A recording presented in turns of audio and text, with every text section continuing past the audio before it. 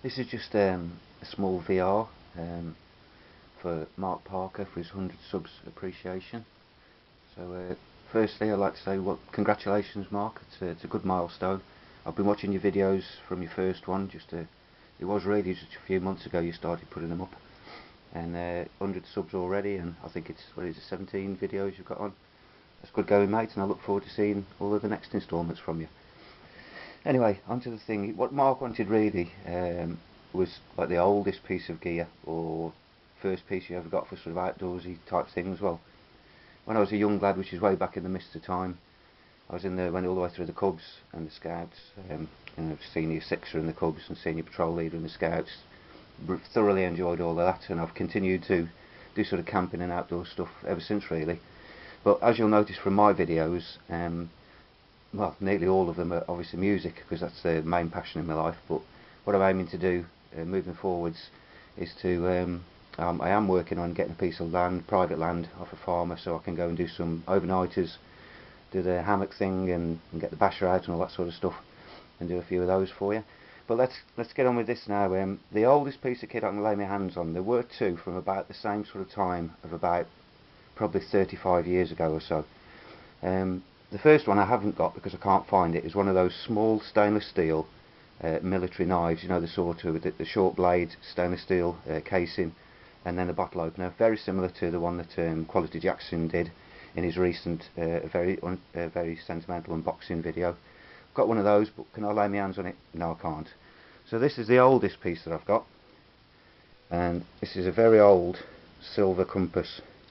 I don't think you can even get them like this anymore. It's not liquid filled, so the needle rattles around like crazy. But done plenty of map reading with this. I have upgraded it to other things, but that's not really the one I want to put, because recently that's not had a lot of use. That's just an old keepsake really. So I'll put that down. The one I do want to show is this one, which has been for a long time my favourite pocket knife, go-to knife for all sorts of things. Use it for camping, it's always in my pockets, used at work, for unboxing stuff. This is quite an old one.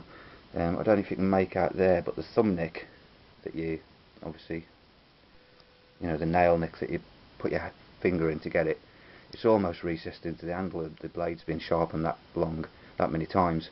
And also, it's not going to pick it up, but I have put a match, whittled a match down and put it down in there in the slot, just squeezed it down there to try and lift the blade a little bit so I can get my thumbnail in, but it's only just there. So what I'm going to have to do is a little mod that I see often, where you just take a little bit of a scoop out there where the nail nick is, just so you can get it. But that's my main piece that I'd like to enter for this. Probably had that about 25 years.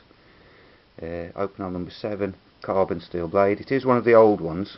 I don't know if you can make out on this video, but there is no locking mechanism for when the blade is closed, so that does show its age. I'm not sure when they changed to the little nick there that you turn the collar to lock it when it's in the closed position, but there you go, this is one of the older ones. And also it's had that much use that when you lock it, the collar is all the way around past that stud, so I don't know how much longer this can be in service for it to be safe. It does lock solid at the moment, but you know, I think it might have to go out of service. But I'd just like to compare it. I'll leave that open, and I'd just like to compare that with, just for comparison, this is a Opinel No.9 that I got recently. It's on a previous video. There you go, that's the locking mechanism there, so you can turn that to lock the blade in the shut position. Plenty of nail nick visible. I'd just like to show you this really for the two blades, to show you, if you can make out, I'm going to get this just right. Obviously there's a difference in the size, but if you can see the profile of the top knife, the No.7, my old favourite, you'll see that there's a lot of that blade steel has gone. That's through my use and sharpening. It's had a lot of use, this knife. Even though the blade's shorter, it should still have the same almost parallel line to there, and just a rounded scoop at the end. But you can just see the difference in the shape there on the blade. It's had a lot of use. It's almost like a filleting knife now. But yeah, I think the No.9 is going to replace it, but this will still because of the age, you can see the colour of the handle, how it's changed. It was originally the same colours, no writing left on it.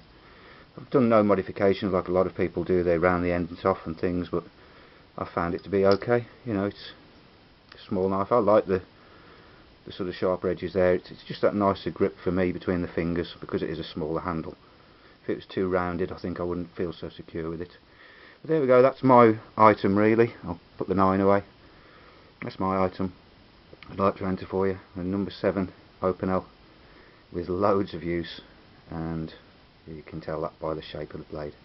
So once again, Mark, well done mate. 100 subs is a good milestone, and I'm quite sure you'll continue to get more and more and more. Look forward to all your next videos, and thanks for suggesting this as a VR. It's a good one, and I'm looking forward to seeing everybody else's bits of kit that they produce from the mists of time. So signing off now. Well done Mark, congratulations mate.